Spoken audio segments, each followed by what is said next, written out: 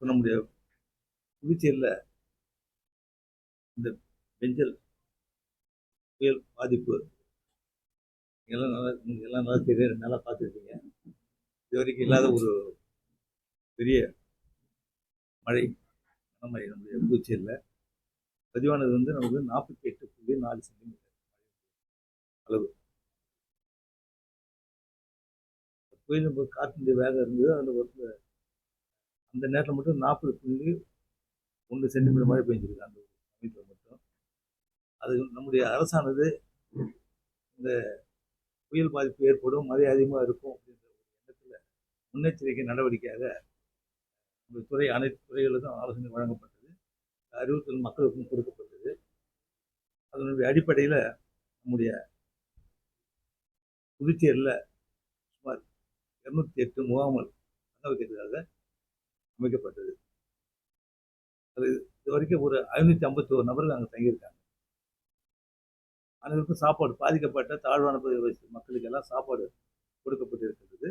நம்முடைய சட்டமன்ற உறுப்பினர்லாம் சில இடங்களில் சமையல் கொடுத்துருக்கிறாங்க, சாப்பாடு கொடுத்துருக்காங்க.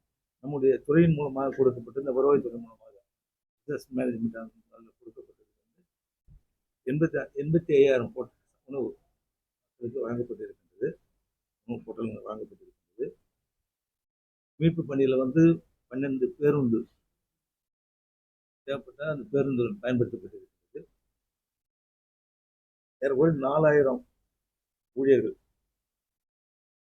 இந்த நம்முடைய மக்களுக்கு பணி செய்வதற்காக பேரிடர் மீட்பு பணிகளுக்காக 4,000 நபர்கள் அதில் பணியாற்றியிருக்காங்க.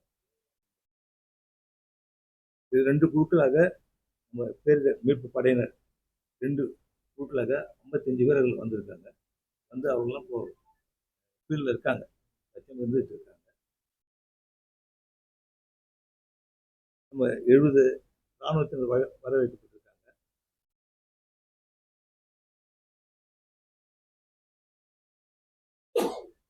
டாஸ்க் ஃபோர்ஸ் இன்னைக்கு அந்த வருவாய்த்துறை மூலம் 20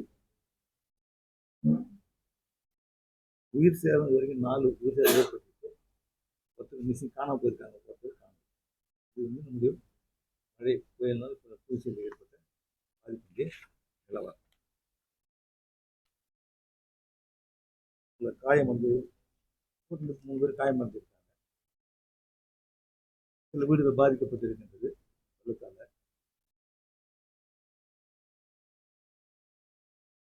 நம்முடைய அரசானது அனைத்து நிவாரண நடவடிக்கைகளும், அதாவது புயல் பாதிக்கப்பட்டது செய்ய வேண்டிய உதவிகளும் செய்து கொண்டிருக்கின்றது. மக்கள் பாதுகாப்பான இடங்களில் தங்க வைக்கப்பட்டிருக்கின்றார்கள். எல்லா துறையும், நம்முடைய அனைத்து துறைகளும் சிறந்த முறையில் பணியாற்றி இருக்கின்றார்கள். துறை தலைவர்கள், ஊழியர்கள் அனைவரும் சிறந்த முறையில் பணியாற்றி